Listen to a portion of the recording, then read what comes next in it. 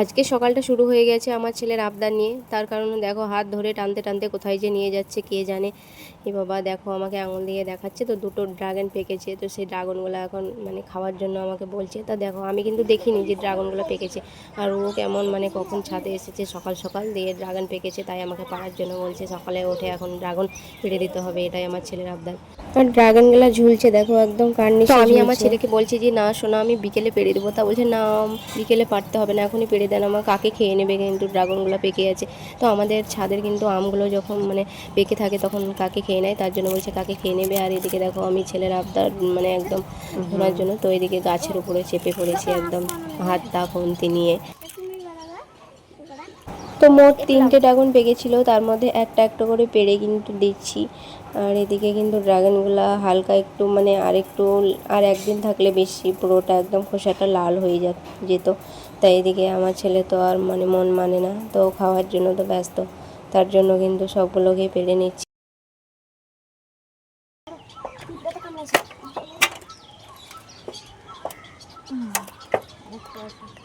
आई बेसाले पिपड़ा पिपड़ा आई के कामड़ा पिपड़ा ওটা আমার বন্ধু পিপড়া আই। তো সবগুলো কিন্তু এক এক করে পাড়া হয়ে গেল, তো এবার নিচে কিন্তু নেমে যাব। তো এদিকে আবিরের বন্ধুও এসেছিল, সকাল সকাল চলে এসেছিলো আবিরকে স্কুলে যাওয়ার জন্য ডাকতে।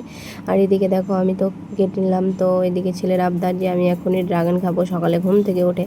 কোনো ফল তো খেতে যায় না, তো এই ড্রাগনটা মানে ভিতরটা লাল বলে মানে এতটাই আমার মানে ছেলের প্রিয়, তো বলে বোঝাতে পারবো না, তো খুব পছন্দ করে, ওর অনেক মানে প্রিয়।